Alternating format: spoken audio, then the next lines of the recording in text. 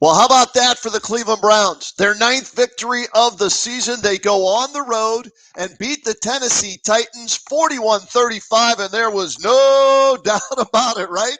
Up at the half, what was it, 38-7 at the half. They play almost a perfect first half, dominate the Titans, kick their ass, out-coached, out-physicaled, out-mentaled, out-played, out-executed. They did everything to the Titans that you would want to do. It was, for me, the best first half the Cleveland Browns have played since 1999. In fact, it may be the best half ever since 1999 for the Cleveland Browns. And they did enough in the second half. They only scored one time in the second half, a field goal, to hold on, 41-35 the final. But this was the litmus test. This was, the barometer, right? Let's see. Where are they?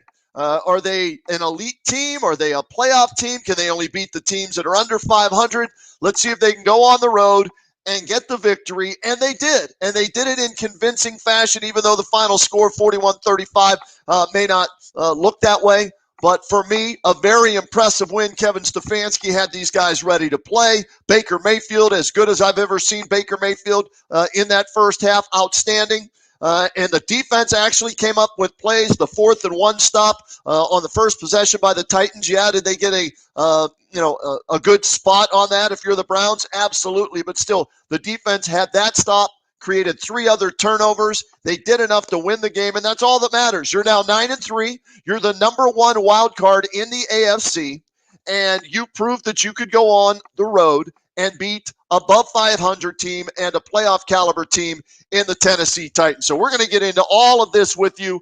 Send the comments in now on Facebook and on Twitter. We'll answer as many questions, react to as many comments as possible. And we've got a bunch of guests that are joining us in our virtual studio today here on the Cleveland Browns post-game show. And at the bottom of the screen, you got all the stats you need to have right there in today's win. But let's bring in, first of all, my radio partner, Monday through Friday, 3 to 7 on WHBC, the Kenny and JT show. JT joining me today like he did yesterday.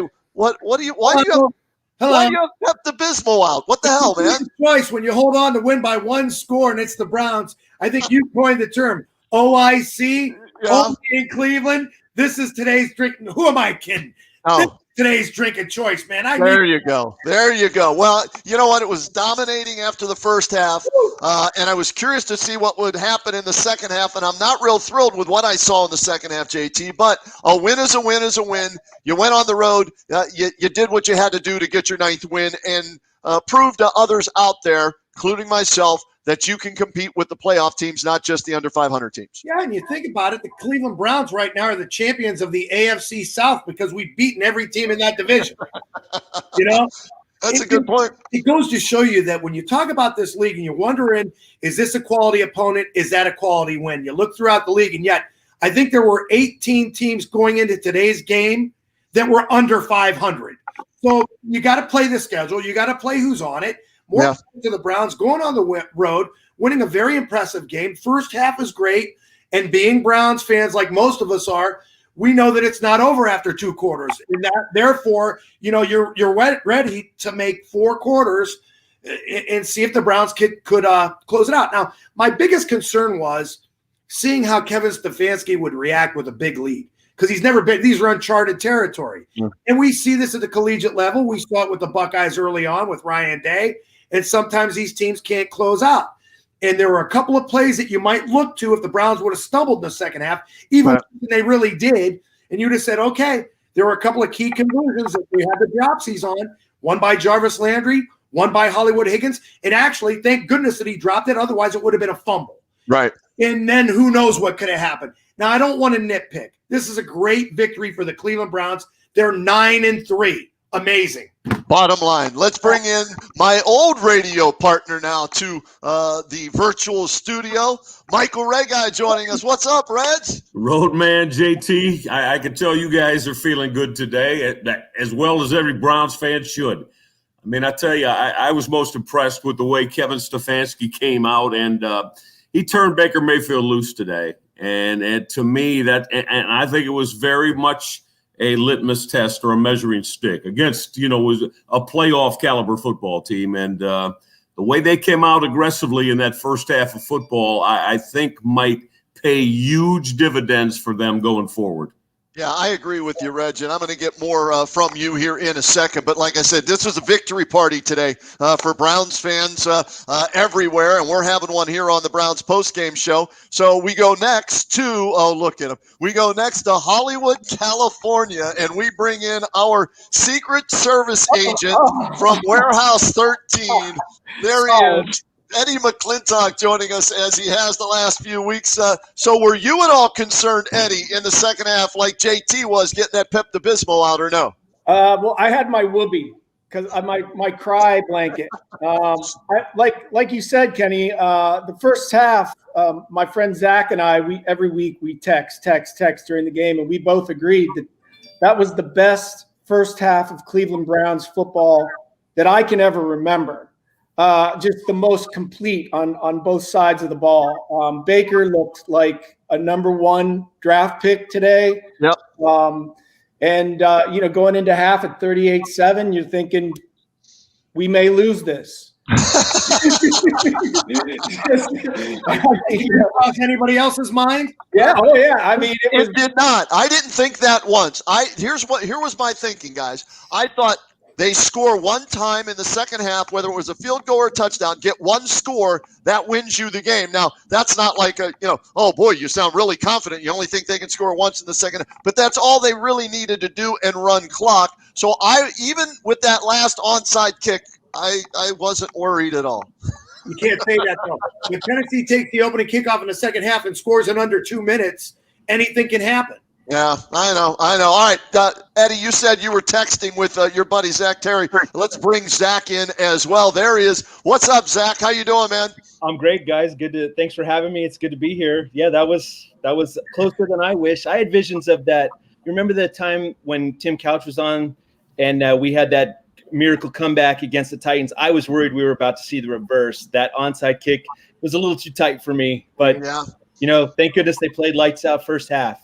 Yeah, this isn't the same old Browns, guys. This is a different team, and they were able to get it done. So we're going to go around the horn here today on this. Yeah, JT, adjust your thing because I've got my logo cutting your head off there. We're going to go around the horn on this, and we'll start with JT and work our way around to Reg and then Eddie and then Zach. JT, you get to give out one game ball today. You get to pick one guy. Who's your game ball going to? MJ Stewart Jr., because I didn't know he was on the roster, or that offensive tackle, the tackle eligible. Lamb, I never heard of him. So, but pick one of the two. You got to pick one of those two. I'm going to go with MJ Stewart Jr. All right, for his interception after giving up the penalty. Okay, yep. All right. Michael Regai, who you giving a game ball to today? Baker Mayfield, baby. Listen, yeah. I think if you're a Browns fan, if you understand anything about what's going to be necessary for this young man and this offense, I mean, he came out on the road against a playoff caliber football team. And probably, when you're normally facing Derrick Henry, you probably aren't going to win the time of possession because that's what Tennessee likes to do to you. So I thought he was sharp. He was throwing the football, putting the football in only catchable areas for his receivers. He, again, what's that now? 4 or is it 5 games in a row he hasn't turned the football over? 5? Yeah. His last pick was when OBJ was still playing, and it was the throw to OBJ where he got hurt. That was the last interception. Yeah, well, listen, I wanted to see that for Baker Mayfield because, guys, here's the bottom line. I think we all know this. At some point, and maybe they use today as the jumping off positioning for it, at some point, when you get in the playoffs, your quarterback's going to have to win the football game for you. Love the Browns' run game, don't get me wrong, obviously, but, you're going to have your quarterback make throws, make big throws, put you on drives, and win football games. And I think Mayfield gave us today a whole hell of a lot more confidence that he's capable of doing that. Yeah, and it was nice to see that it wasn't against the Cincinnati Bengals. He did it against Now, granted, Tennessee doesn't have a good defense, and we know that. But still, Cincinnati Bengals. Right. Well, there you go. So he did it against somebody not named Cincinnati, and he was, you know what? They would have had a perfect first half, 6 possessions, 6 touchdowns if Donovan Peoples-Jones doesn't drop that first on that first drive that was perfectly thrown. So that would have been you talk about bowling a perfect game or pitching a perfect game. That would have been 6 offensive possessions, 7 touchdowns in the first half possibly. So Baker was on the money all game long, Reg. I agree with you. Eddie McClintock, who's your game ball going to today? I have to agree. Baker Mayfield today, after, my criticism of Baker, which I feel is warranted, despite being a guy sitting at home on his couch. As I said, it's easy to do that, but right. He looked solid today. He threw into tight windows. He had the 3 drops, Higgins, right, Landry, and Peoples-Jones. Otherwise, I mean, if he hadn't had those 3 drops, he would have had almost an incredible perfect game. So I have to hand it to Baker. He was my guy today, and that's who I'm picking. All right, Zach, your game ball. Who are you giving a game ball to, Zach? I agree with Baker, but I think just to mix it up, I'm going to go with our offensive coordinator, Van Pelt. I think he called a heck of a game, especially in that first half. I like that he opened up the screen game finally. I think that's been there all year long, and it was really good. I feel like they found that a little bit last week, and to move – I mean, they executed really, really nicely with both Chubb and Hunt, and it just makes the offense so much more effective. We were throwing the ball vertical in the first half. I mean, Baker looked great, and I think the play calling was just top notch. So I'm going to go with OC. Yeah, we'll go Van Pelt, Stefanski with the game plan and the play calling. And I'm going to give my game ball to Kevin Stefanski because he had this team ready to play, guys. That's as well of a coach team in a half that I've seen from the Browns since they've been back in 1999, which includes the 02 playoff team, the 07, 10, and 6 team, whether it was Butch Davis, whether it was Romeo Crennel. I love that pizza. Whoever the coach was, that's as good of a coached first half as I've seen. The play calling, rolling Baker out, little right, little left, the screen passes, like you said, Zach. They get the hitch and go with Peoples-Jones for the vertical touchdown pass and everything. So I just thought Kevin Stefanski impressed me even more going toe-to-toe, head-to-head with Mike Vrabel today. Vrabel comes out and he says, all right, on 3rd and 1, I'm going to throw to a tackle eligible. Well, they don't get the first down, and then the Browns hold on 4th and 1. Then Stefanski counters and says, I see your tackle eligible for a first down, and I'm going to throw one for a touchdown to Kendall Lamb. So I loved what Kevin Stefanski did today in this game as a head coach, having the team prepared as well as the play calling throughout. So he gets my game ball on that. Guys, defensively, and let's go in reverse order now. Zach, I'll start with you and go back around. Defensively, how surprised were you, at least in the first half? How surprised were you that the Browns were able to dominate defensively and stop Derrick Henry? He had 15 yards in the first half, forced a fumble, and stopped them on 4th and 1. Yeah, I mean, without a doubt, the defense clutched up the first half. I was really happy. I mean, I like Mac had a heck of a first half. Miles was a little invisible the first half, but he came on and he's getting back from COVID. Right. But they were solid. I kind of feel like the lead took advantage of a weakness moving on because I think our secondary is the most suspect part of the game. So moving forward, once Tennessee abandoned the run, that's when they started moving the ball. So obviously we have injuries, we're depleted. There's an excuse at least for that. Right. But yeah, the defense, I was pleasantly surprised in the first half, and unfortunately the second half it was a little too much of what we've seen throughout the season.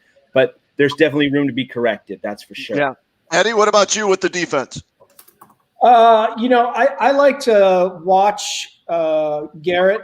Like I isolate on Garrett, and it looked like he was getting held on, every other play at least. I mean, even when they would run the play back, you could see the guy had a hold of his helmet in one of them. So I think the reason that I'm just going to say the reason he was a little invisible was more because they were, holding the guy than anything else. Yeah, I mean, obviously Henry was the big worry coming into this. The guy is an absolute beast, and for them to hold him to 15 yards in the first half, yeah, 15 yards in the first half was incredible. like Zach said, they started throwing the ball in the second half and just gouging us with big passes. And, we need to tighten up the defensive backfield. But, for as much as we rag on Zendejo, the guy is a banger. And Stop. He almost missed the onside kick. He fumbled the first onside kick. It almost cost him. Well, I love bangers, man, and I want to be able to cheer for the guy. So I'm looking for anything to sing his praises a little bit. Zach mentioned instead of having him back at free safety, maybe having him. What did you say, Zach? I wish they'd roll him up to that strong safety position and let him hit. He can hit. He can't coverage to save his life, I feel like, but he can hit. So bring him up in the box and let him bring the wood and then roll someone back up into coverage. But I always see him 2 steps, 3 steps behind, especially in the center of the field. So I think if they rolled him down, it would play to his strengths. All right, Reg, defensively, first half, your thoughts on that, and then second half, if you will. Well, Kenny, you and I have been together along. I'm a linebacking unit guy, and I got to tell you that the Browns linebacking unit, I felt, we've talked about this too the last time we were here, this might be the worst linebacking unit in the National Football League. But you know what? I think they've made progress. They're getting better. And look at today. Mac Wilson, 6 tackles and a tackle for loss. Malcolm Smith, 7 tackles, a sack, and a tackle for loss. I thought they were much more active. I thought they ran to the football better. And I know the secondary is always going to, but when you play without Denzel Ward, I mean, it's not going to look as good as it can, no doubt about that. But I really feel good now that now they got to bottle and cap this because again, in the beginning of the year, I thought this was the worst linebacking group in the National Football League. Just don't make plays. Nobody can make plays. Well, today they showed against a strong opponent that maybe then Joe Woods and them got, put, I don't know what they did all week long in the film room, but it showed up today. Even B.J. Goodson played very well today. So I was real pleased with that, and I hope it continues, obviously. JT, your thoughts on the defense first half? Well, first of all, when you take a team like Tennessee out of their game plan, I don't think anybody in that organization thought Corey Davis was going to be the man to give you 11 catches for 182 yards and a touchdown. You take that team out of their game plan, and then all of a sudden it's 7, 8, 9 guys in the box, and we're going to stop Derrick Henry. Derrick Henry, 15 rushes, 60 yards, meaning Ryan Tannehill is going to have to beat you with his arm. Now, I think the young man did a great job, Reg, because I didn't expect that out of Ryan Tannehill, even though we took on that mantra of the bend but don't break attitude defense. What I'd like to see from Joe Woods' defense, and as you mentioned, the linebacking crew, not one of the best in the league, maybe not one of the best in our own division, but they were able to get the job done. I would like to see them blitz a little bit more often, as we saw on the second to last drive where they finally got to Tannehill. Now, Eddie, you made a really interesting point too. I think you're looking at the Browns thing and you want to clean things up. You can't have 12 penalties a game. But then again, the inconsistency of the officiating, and I'm going to be the guy to come out here and say, look, you can't tell me the Tennessee offensive line did not hold Myles Garrett at all. In fact, the only time we got a holding penalty, it wasn't even a holding call. It was an illegal hands to the face call. And then on that last series, the guy almost ripped Myles Garrett's face off. No call. So, I mean, you're looking at it, and again, you have to remember that it's the National Football League, and all people that mattered had given up at the end of that game. The Tennessee Titans offense, the Browns defense, the officiating was really lax towards the end. But lo and behold, like I said before, Kenny, OIC, here we go on a 4th and 1, a fumble return for almost a touchdown. Next thing you know, you've got a 1-possession game, and anything can happen. Everybody's got to get back to work at that point. Yeah. Got to learn how to close these games out better. Yeah. Here's what I'll say. Kevin Stefanski, was it last week? He didn't go for the field goal, and he went for it, and it almost came back to bite him. Today, it's 4th and 1. I know you're thinking you can get 1 yard and run out the clock. Punt it. That's 2 weeks in a row now. He's showing you he's an aggressive coach, an aggressive play caller. He's willing to, take the chance on 4th and short. But how many times do you have to do it and come up empty before you maybe change your mind? And I could see if you had a stout defense, but that's not the strength of your football team. So while I gave him a game ball, I will question that call, 4th and 1 there with Baker even. Two things can happen that are bad. Number one, he can fumble the football, which he did. Yep. Or number two, he gets hurt on that play, right? And then he may be done for a while, and you don't want to see it. So that's those two situations the last 2 weeks is where I'll only question Kevin Stefanski. Well, I have another question, and anybody feel free to chime in on this. All right. Why in the world – first of all, it's two questions. Altogether, who's the best player on offense on this team? Nick Chubb. Thank you. Why do you not put Nick Chubb towards the end of the game? Why is he not in the backfield? Why is it Kareem? Kareem Hunt's a good receiver. He's good out of the backfield. We saw it when he was at Kansas City. He's great on the screen pass. Why are you not closing the game out with Nick Chubb? Anybody feel free to answer, please. Well, no, you have to. I mean, and again, now, unless we find out that he got banged, bumped, bruised, which we don't know right now. But other than that, I love Kevin Stefanski. I think it's the first weekend of December, and we're not at all talking about the Browns making a coaching change, right? For the first time in, I don't know, how many other first week of Decembers are we not discussing making a coaching change? I don't remember a lot of them, to be sure. But, yes, Chubb has to be the guy to close the football game out. And that's – I'm not being derogatory to Kareem. Kareem's a very, very talented back in us, but you got to have your bellwether. He's the best football player on his team. So you got to have him when you want to get a game put back in, into your possession and close it. So I would ask Stefanski that question. Yeah, it's a fair question. It is a fair question. No doubt. Yeah, I don't know if it was or not. Hey, I want to give some shout-outs, guys, because while we're all here in the virtual studio, we got a lot of people watching us today, texting us. Jim Kadar, happy that they won, but more happy they covered. Well, they were getting 5.5 points. So, Jim, I hope you cashed in on that wherever you were betting. They could have lost by 5 and you would have covered. There you go. So you were safe, Jim. Bill Blindstone Jr., they punched him in the mouth early and often. A big win, period. Eddie, right? I mean, in years past, they lose this game, right? Or they get blown out in this game like they did the season opener last year when Tennessee came to Cleveland and crushed them.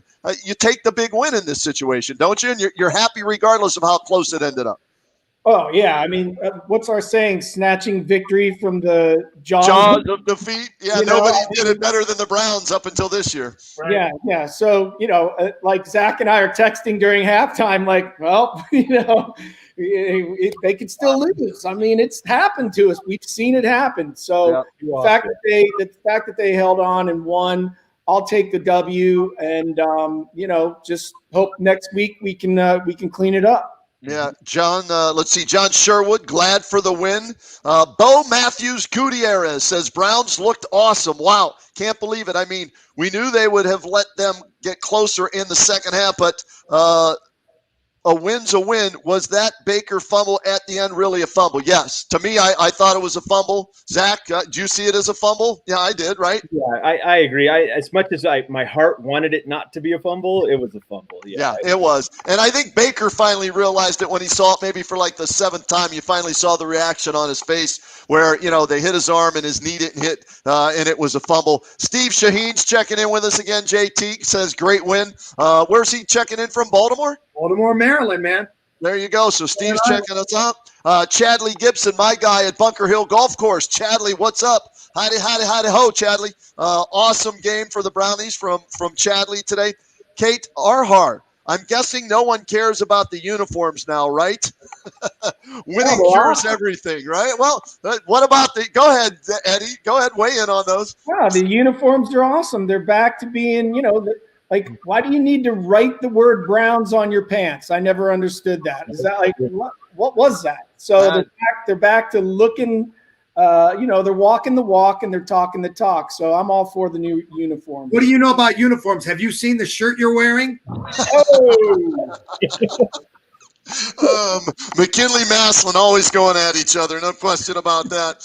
Billy Blindstone Jr. And I got to, Reg, I want to get your thoughts on this. The fake to Chubb, the fake to Hunt big guy TD. What a great call and what great execution from Bill. That JT and I, had talked about this on our show. When are we going to see Chubb and Hunt in the backfield or in the game at the same time? Because the defense has to think so much about that, and they use them as a decoy, Reg.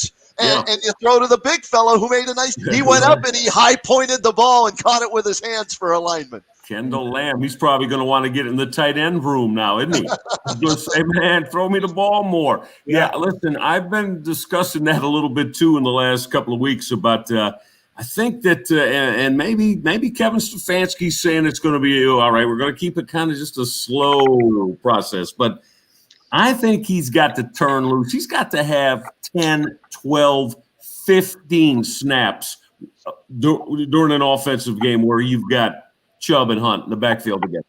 Because when you look at, I think you could create so many mismatches that way. Yeah. And I mean, they both can receive the football well. Hunt's the better of the two there. But regardless, I think you can really put a defense in the tight screws if you get those two on the football field together more. And again, 10, 12 snaps a game. I'm with you. And you're going to pressurize defense. Yeah, I'm with you on that. I hope to see more of that in the future. Michael Smith's checking in with us today on the Browns postgame show. Thanks for doing so, Michael. Roger Pena says Joe Woods has no blitz packages, JT. I don't know. Maybe he feels he needs as many guys back there covering as possible because the secondary is so bad he can't afford to blitz them. I don't know. It's personnel. I want to get back to what Reg was talking about a little bit, and the fact that maybe it's part of the reason you don't have both those running backs on the same plays more often in the beginning of the game is because when you're committing 11 and 12 turnovers, that means most of the time you're not in second and manageable. You're not in third and short, and they weren't for the most part. In the first half, the Browns ran 44 plays to Tennessee's 21. A lot of those were conversions on third down, which we don't normally see.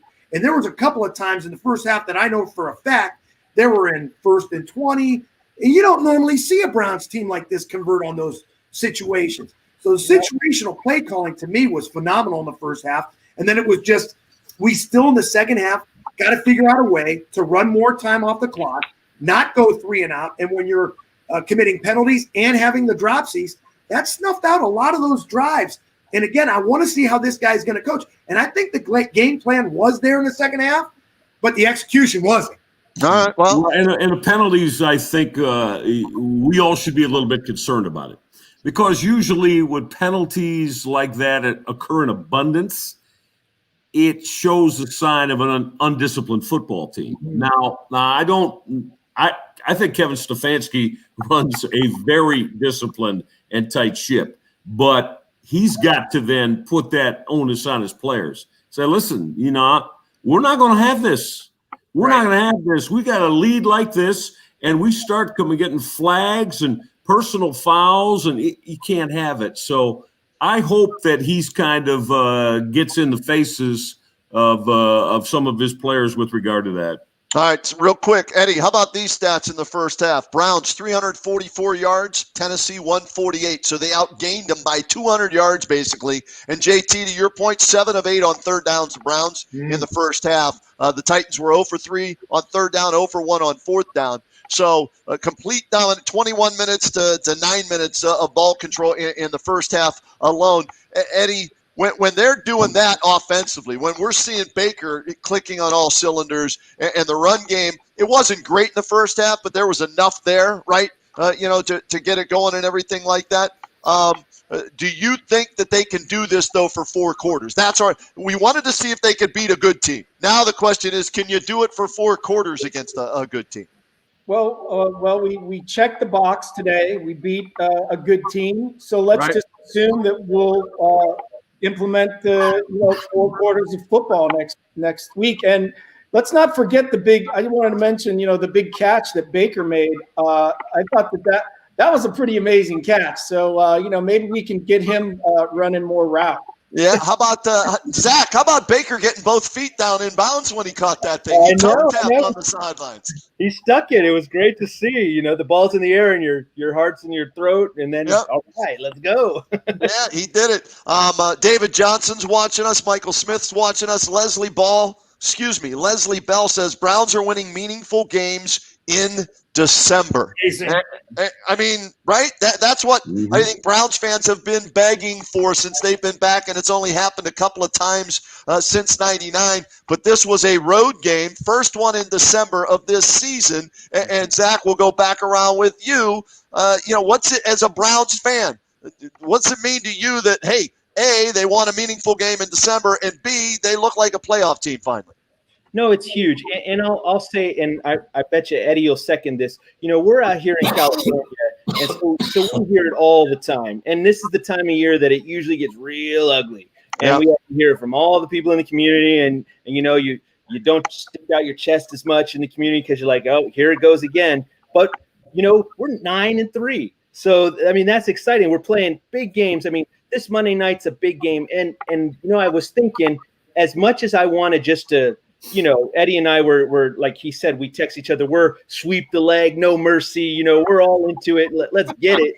But you know what? By having that letdown in the second half, there's so many coachable moments for these guys moving forward. It wasn't a complete game. We have room to improve, guys. So I look forward to that coming up with this big Monday night game. It's a payback game. It's a division game. Keep pace, and another big December game. So I think it's great to see. I mean, it's been a long time coming. It's been 20 years, guys, so it's great to see. Eddie, Monday night nationally televised game, and the Browns aren't a punchline on Conan O'Brien, Jay Leno, or Jimmy Fallon. They're going to be maybe a favorite on Monday night against last year's division champs, the Baltimore Ravens. Yeah, I mean, I don't think this team is the same team that got blown out by the Ravens the first time. They've really, despite the things that they're still doing wrong, they're doing so many more things right. And, we talked about penalties. I can remember in past years, I mean, almost every flag that was thrown, you just go, it's on us. It's on us. And most of the time it was. So we had a letdown in the second half in regards to those penalties. But, I mean, compared to years past, they're light years ahead of where we were in the past. So, I think that, and I'm hoping for a big game on Monday. And I think the Browns are going to show up. I really do. I think they've really shown us that they are worthy of our confidence at this point. Reg, should people, and we'll ask this a little later, but should people start believing that this is a legitimate playoff team after this win and hosting the Ravens Monday night? Never 100% about something like that, but I'll tell you what, this today has boosted my confidence immeasurably in them. They understand, and I think as some of the guys were just saying, you're talking about playing December meaningful football. Well, now it's time for everybody to stand up and be counted. If you want to be considered for real and you want to be thought about as a team that can solidify being in the playoffs, and then when they get there, win a game or two, well, then you got to start showing that right now. You can't just think, when January rolls around, we're good. As long as we get in, it'll magically show up. That's why I feel today could be very, very instrumental into the strides this team is making. JT, what about you? Monday night, a week from tomorrow, the Brownies will host the Baltimore Ravens in, Baltimore may be, what are the Browns? 9-3. So Baltimore could be 7-5. Browns are 9-3. They're 2 games ahead of the Ravens, who beat them 38-6 to start the season. The Ravens are 6-5 right now. And I look at this game and forget about the payback, forget about all that high school crap. When I look at this game right now, I look at a Cleveland Browns team that's on a roll. And we haven't seen anything like this since they came back. Sure, they made the playoffs, 2002, 2007, 2010, whatever it was. I can't even remember. It's been so long ago. So it's out of sight, out of mind. But when I look at this team, I look at a couple of things that I want to see out of them. In a game like today, we asked the question on our show last week, is this a must-win game? To me, it wasn't, because you had already still at least won 8 games. Put your best foot forward. Don't get blown out. And show that you're legit. Well, they went in there and put a legitimate 38 points up in the first half. You had mentioned on a lot of our text messages, we're going back and forth, this game's over. And for all intents and purposes, and as Browns fans, were we nervous? Hell yes, we're nervous. We're entitled to be because we're Browns fans. But you were right. That game was over. and they delivered the knockout punch. Even Bill Cowher at the halftime show said, this game is over. Credit to Baker Mayfield. He's playing lights out. Now, moving forward, I want to say the same thing. When I look at the Baltimore Ravens coming to town, a Monday night game, and a team that's got confidence for the first time that we could ever remember, I think they're going to go in there. The days of this team getting blown out 38-6, getting blown out by the Steelers and whatever else, I think those days are behind us. And you talk about coachable moments and how this team is really learning how to win. We're talking about changing the culture here, fellas. And I think finally we're on to something here.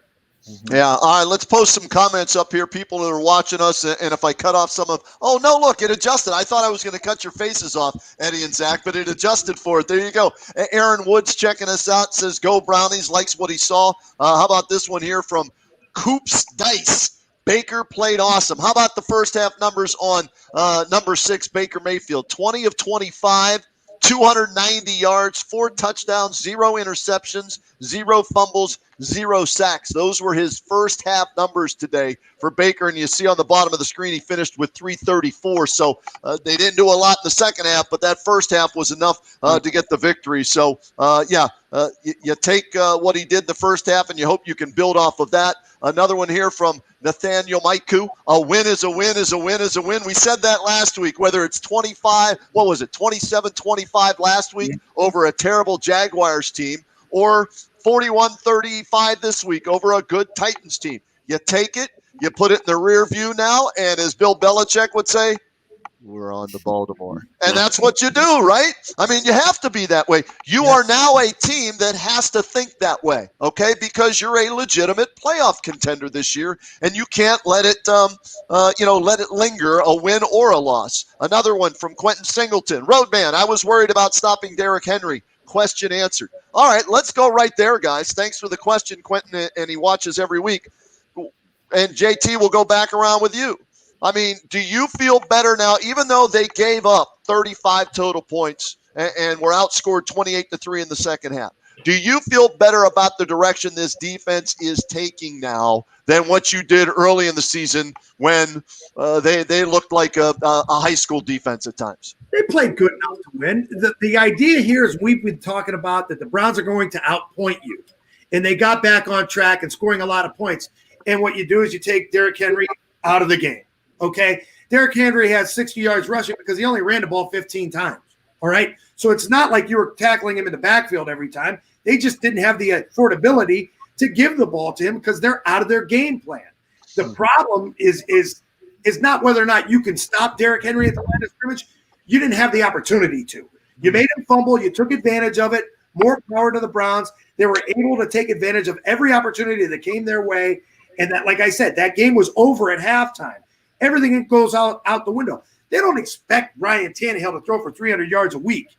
That's not their game, and it showed on the scoreboard. That's why they lose that game.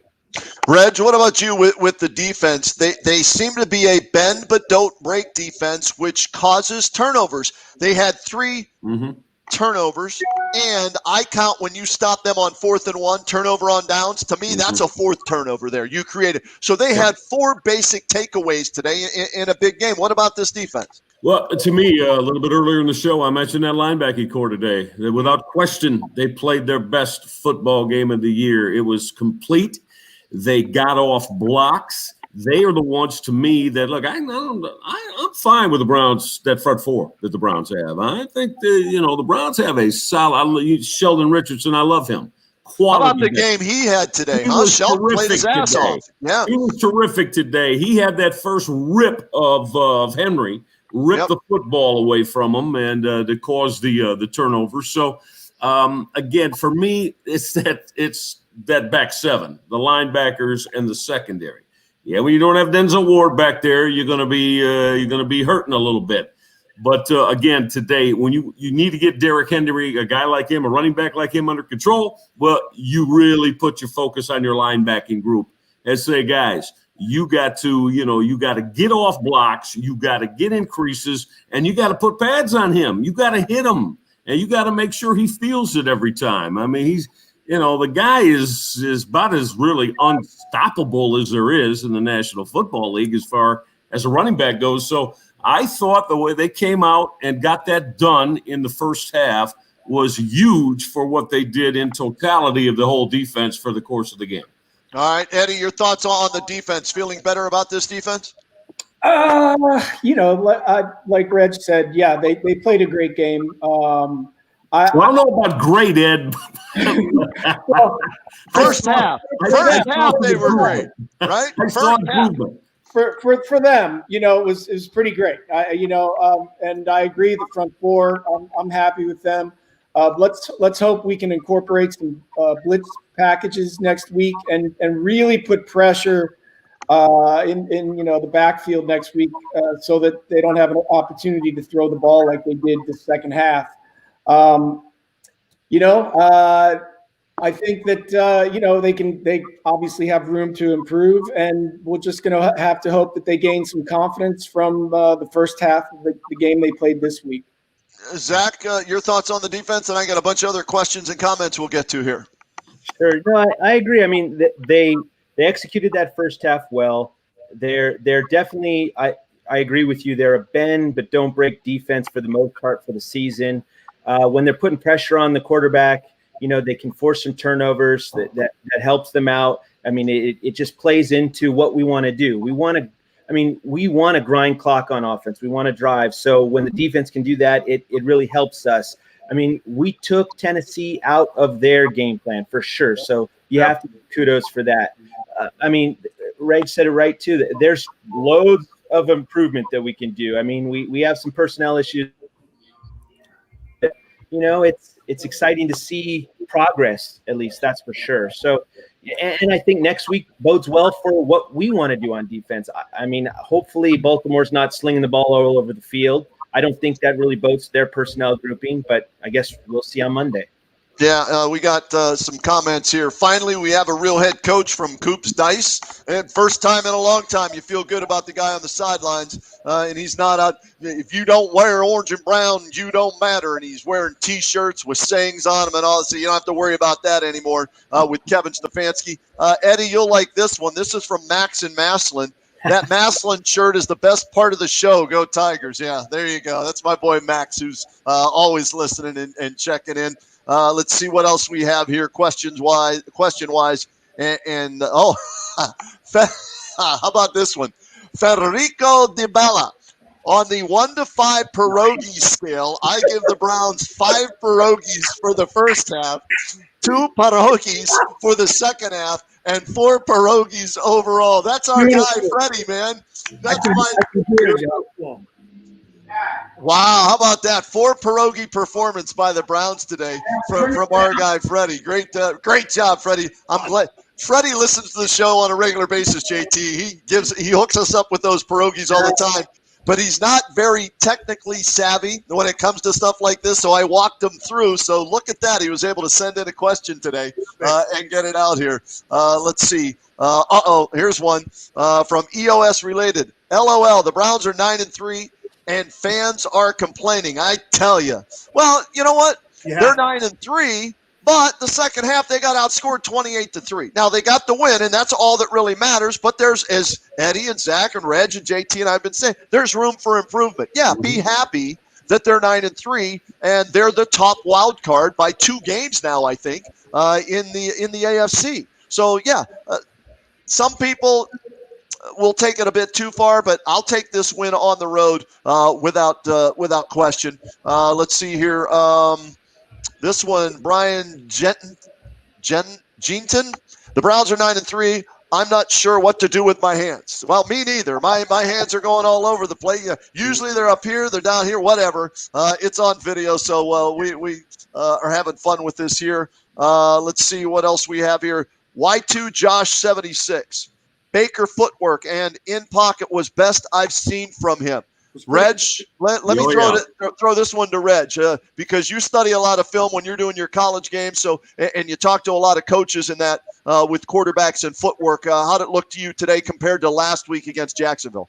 The first thing most quarterback gurus or just coaches in general will tell you, it's always a pressing issue for them when they deal with their quarterbacks about footwork technique, because it's what starts the beginning of the throw and it'll usually result in whether that throw is successful. And the ball placement is where you want it to be. So I agree with that. And I thought Baker today, if you notice too, he was squaring up and throwing the football, with that stride off his front foot, squaring up, following through like a baseball pitcher would do. And I thought it was the best I've seen all year long. When Baker starts getting a little sloppy technique-wise, that's when you'll see him start to lean and throw off his back foot. And, hey, every quarterback's going to do it. Pressure will have you doing that a little bit. But you got to make sure you keep that at a minimum. I thought he did a terrific job of that today. He was technique sound, man, today. He was fundamentally sound. Yeah, no doubt about it. Some other people that are tuning in, Nicole Gibson, enjoyed the win. Roger Pena, Billy Blindstone still checking us out. Michael Smith is watching us today. David Johnson. Let's see. Paul J. Craig in Medina is checking us out. Carly Malie LaValle, all the way back in Springdale, Pennsylvania, checking us out today. Oh, my girlfriend Brittany's watching somewhere in the other room. Thanks for the kind words, baby. Appreciate that. Scotty Merck, our man Scotty Merck at Merck's Ticket Agency, watching us. 216-433-0055 if you need tickets. Scotty Merck's your man. Craig Easterday and Amara Bakari are watching us today on Facebook. So we appreciate everybody checking us out. Rakesh Patel is watching us.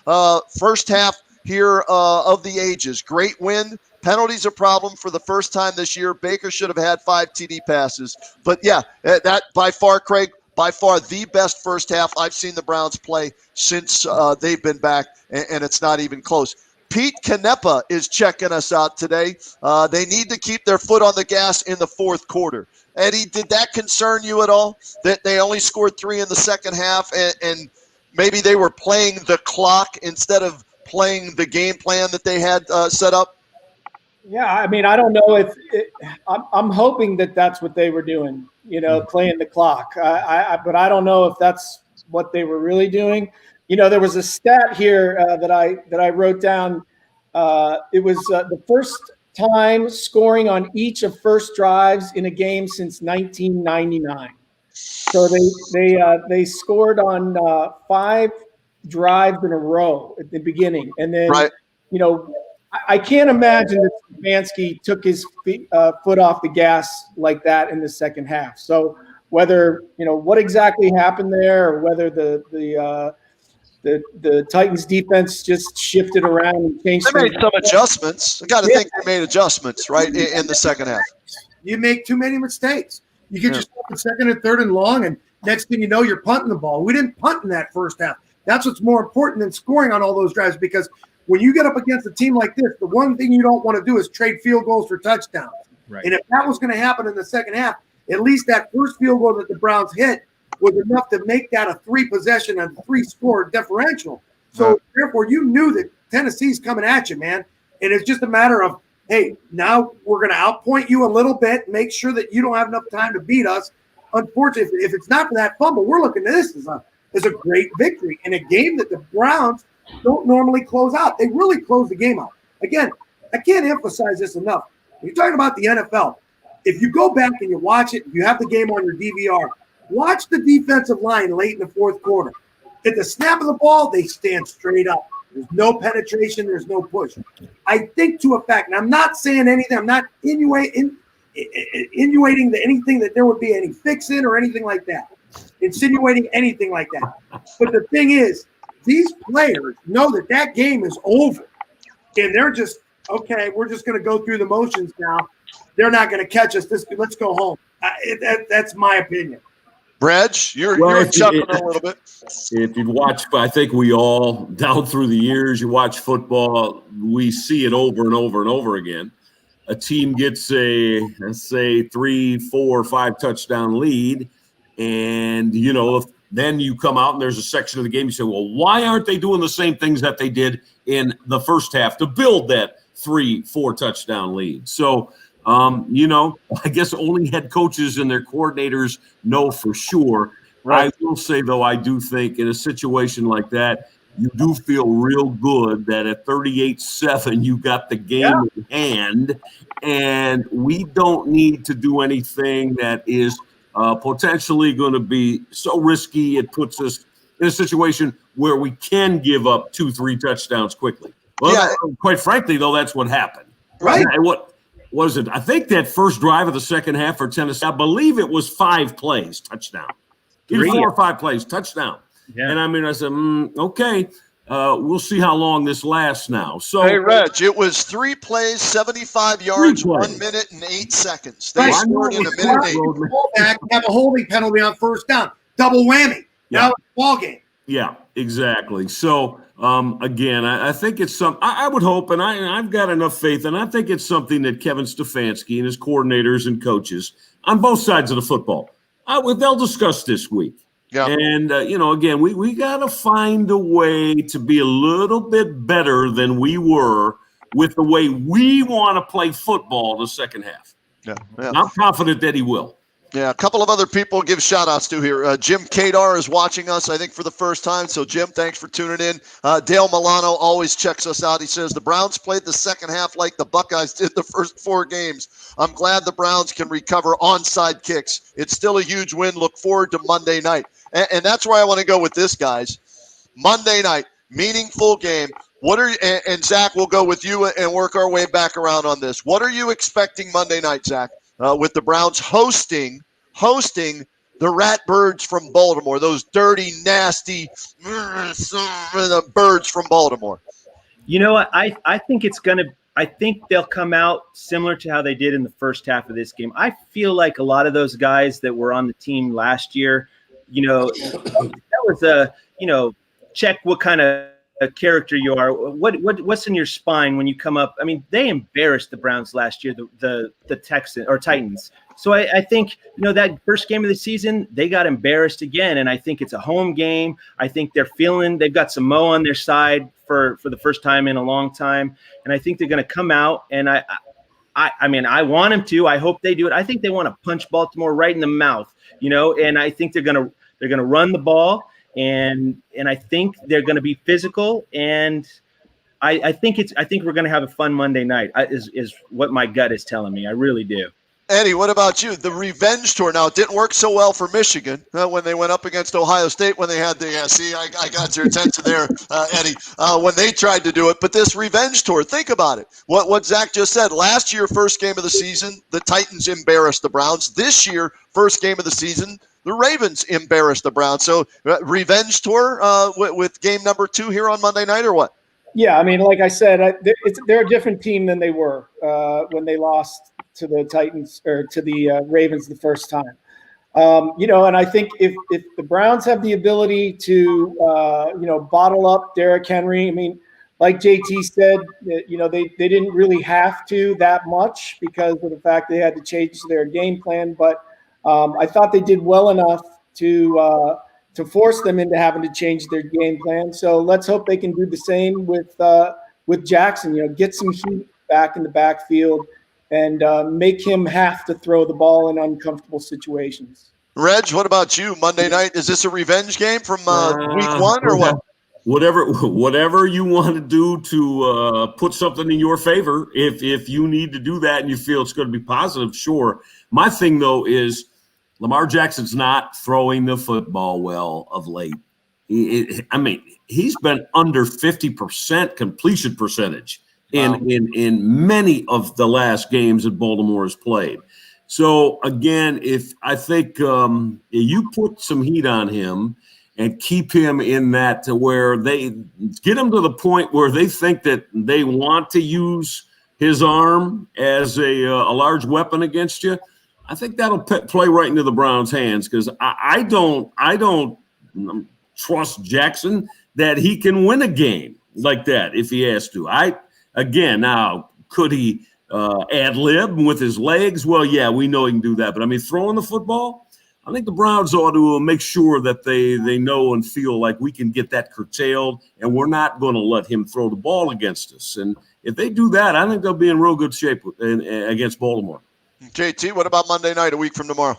Kenny, we talked last week to Scotty Petrak at brownzone.com, and we asked him what he expected in these two games, the Titans and the Ravens. He thought split. He thought they would drop this one and win next one. So did I. Why he thinks they're going to win the next one. With COVID and everything that's hit the Ravens hard, and that includes their starting quarterback. Lamar Jackson was out last week. Whether or not he plays Tuesday night against Dallas, I don't know. But I can tell you this. You're not going to get beat by RG3 if he's got a hamstring that's okay. He's on the IR. You don't have to worry about him now. Well, that's going to be my next point because I knew that he had the hamstring. He's still listed as their player. But Trace McSorley is not going to beat you. J.K. Dobbins, if he comes off a COVID list, is not going to beat you. Gus Edwards is not going to beat you. And you're surely not going to get beat by Des Bryant. So, rolling into this game, I'm looking at the Browns with a great opportunity, another day to get healthy, play on a Monday night. Unfortunately, it's not going to be as electric as it could have been due to this damn COVID anyway. Could you imagine that stadium on a Monday night and the Browns have a chance to win their 10th game? Electrifying. It would be. It would be. It's a shame, but hey, that's what the Browns are living in. So you're not going to get that electricity to help. But I like where the Browns are, guys. I really do. Today, again, it showed me something today. I know the second half, but it showed me something that they understand that their level of play is going to have to pick up in order to be considered a legitimate playoff team. And that's fair because, again, when you look at the three losses, the two of them against Baltimore and Pittsburgh were embarrassing. Yeah. I mean, they were. I know it was early, but they were embarrassing, both of them. So I think there's some understanding been gained by that football team in Berea about, hey, we got to show everybody we understand what this takes, and we're going to get it done. Yeah, good point here by Cordery Derrick about the Ravens. They have built their offense around the running backs and the tight ends, right, Reg? Yes. They use their tight ends a lot. So we'll see who's available for them health-wise, tight end-wise. Well, that's the thing. They've got injuries in that tight end room, too. Andrews is out. Yep. This week again. Well, this week. We don't know about, next week. Yeah, so, right. But that's something that, they like to throw to their tight ends, and that's a bugaboo for the Browns linebackers, as Derek pointed out right there. I got to get this one in here real quick from our girl, Connie. She sends us something each and every week, JT. Sorry cutting you guys off there at the bottom. First half, great. Second half, maybe trying not to get injured, thinking we got this. I hope they don't play with that type of thinking again. WHBC on the radio, TV on mute. Have done this for years, better announcers. So she enjoys listening to Jimmy and Deke call the action. And Jimmy Donovan had quite a few things to call today positively for the Browns. A couple of other comments here that are coming in via Twitter.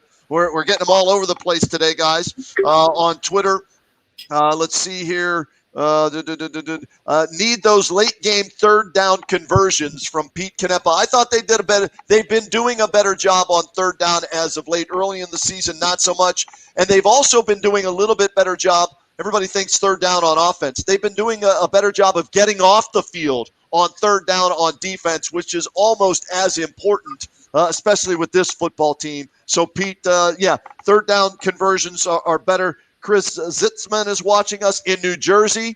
Thanks for checking us out all the way in Jersey. Robert Young is checking us out today as well. And I think that's about it on Twitter. All right, final thoughts, guys. We're approaching an hour of this post-game show. So I will work from Zach all the way back around. Final thoughts on this Browns win today. And let me put the score up with all of the statistics one final time. Browns get the victory, 41-35 over the Titans. Zach, go ahead.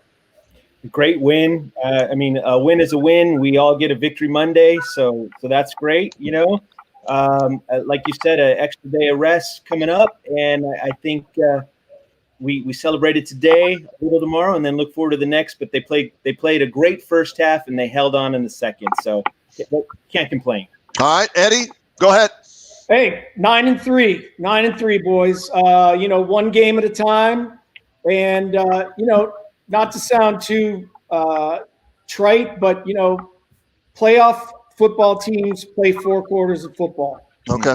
I wanted to see the Browns play 4 complete quarters of football today, And in my mind, we got 2. So next week, let's add to it.